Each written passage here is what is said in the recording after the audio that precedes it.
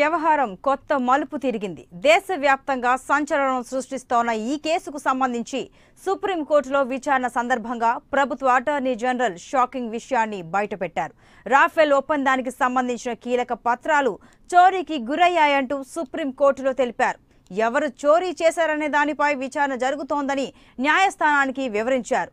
దేశ రక్షణకు సంబంధించిన ఈ డీల్ విషయంలో ఇప్పటికే అధికార విపక్షాల మధ్య మాటల యుద్ధం నడుస్తోన్న తరుణంలో కీలక డాక్యుమెంట్లు దొంగిలించబడ్డాయని చెప్పడంపై అనేక అనుమానాలు వ్యక్తమవుతున్నాయి.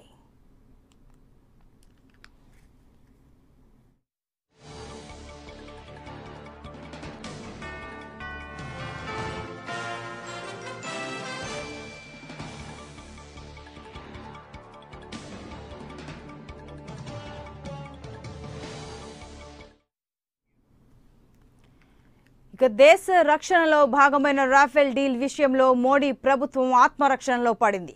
గతంలో కాంగ్రెస్ పాలిట శాపమైన బోఫోర్స్ కుంభకోణం కంటే 100 రెట్లు పెద్దదిగా భావిస్తోన్న రాఫెల్ డీల్ మోడీ సర్కార్కు చెమటలు పట్టిస్తోంది. రాఫెల్ డీల్ను మోడీ దేశం కోసం కాకుండా అనిల్ అంబానీ కోసం చేసుకున్నారంటూ కాంగ్రెస్ చేస్తున్న ఆరోపణలకు మరింత బలం చేకూరేలా తాజాగా కీలకమైన ఒప్పంద డాక్యుమెంట్లు మిస్ అయ్యాయని అటార్నీ జనరల్ సాక్షాత్తు సుప్రీంకోర్టులో ప్రకటించడం అనేక అనుమానాలు లేవనెత్తుతోంది.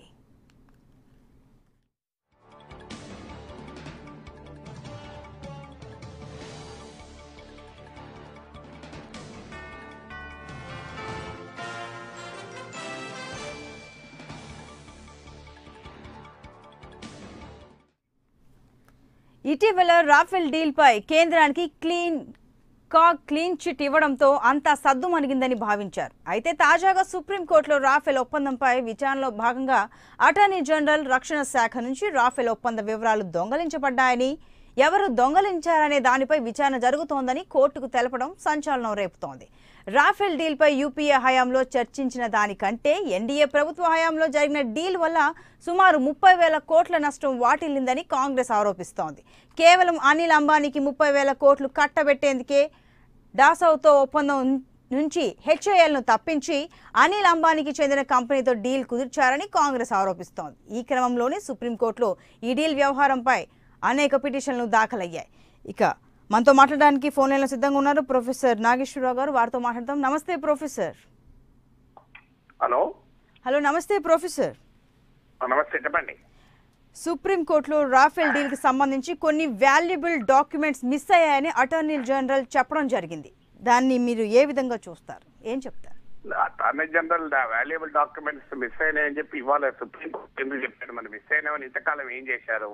అయినా డాక్యుమెంట్ ఎందుకు మిస్ అవుతాయి? ఎవరు మిస్ చేశారు? దాంట్లో ఎవరు దాయాలని చూస్తున్నారు? అఫీషియల్ సీక్రెట్స్ అని చెప్పి దేశ రక్షణకు ప్రమాదం రివీల్ చేస్తాయని చెప్తున్న అటార్నీ జనరల్, మరి అవి దొంగతనం అయితే దేశ రక్షణ ప్రమాదం కాదా? మరి దేశ రక్షణకు ప్రమాదం అయ్యేటువంటి రహస్యాలు రక్షణ శాఖ మంత్రిత్వ శాఖ నుంచే దొంగతనం అయితే ఈ దేశానికి ఏం కావాలి? అందువల్ల ఇది క్లియర్ గా అర్థమవుతుంది ఏంటంటే ఈ రాఫెల్ కుంభకోణాన్ని దాయటానికి చేస్తున్న ప్రయత్నాలు హిందూ పత్రికలో డాక్యుమెంట్స్ తో సహా పబ్లిష్ అవుతున్నాయి. పబ్లిష్ అయ్యే వరకు దాన్ని సమర్థించలేక వ్యతిరేకించలేక ఇబ్బంది పడుతూ ఇప్పుడు కొత్త కథ పెట్టారు. ఈ డాక్యుమెంట్లు దొంగతనమేనని. సమస్య ఏంటంటే పెద్ద ఎత్తున ఇందులో కుంభకోణం జరిగింది. ఆ కుంభకోణం బయటికి వస్తోంది. బయటకు వచ్చినప్పుడు తప్పించుకునే మార్గంలో వాళ్ళు చెప్తున్నారు. నాగేశ్వరరావు గారు ఇంకొక పాయింట్ కూడా చెప్పారు. అటార్నీ జనరల్ ఎవరైతే దొంగలించారో వారిపై విచారణ జరుగుతోందని అన్నారు. అంటే వారు ఎవరని అనుకోవాలి? అంటే విచారణ జరపండి. విచారణ దానికి సంబంధం ఎవరు అభ్యంతరం చెప్తారు? ఇప్పుడు హిందూలో పబ్లిష్ అయిన డాక్యుమెంట్ నిజమైనయా కావా చెప్పమనండి. దొంగతనం అయింది అనే తర్వాత చెప్తారు. దొంగతనం అయితే దానిపైన చర్యలు తీసుకోవచ్చు, ఇబ్బంది ఏం లేదు. నిజంగానే దొంగతనం అయితే. కానీ ఈ డాక్యుమెంట్స్ నిజమా కాదా చెప్పమనండి. నిజమే అయితే చాలా క్లియర్ గా ఎస్టాబ్లిష్ ఏమవుతున్నది?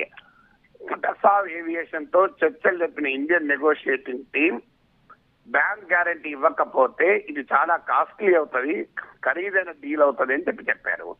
అయినా ప్రధానమంత్రి కార్యాలయం జోక్యం చేసుకొని ఆ బ్యాంక్ గ్యారంటీ లేకుండా, సావరిన్ గ్యారంటీ లేకుండా దసావ్ కంపెనీకి అనుకూలంగా అన్ని నిబంధనలు మార్చి సంతకాలు చేశారు.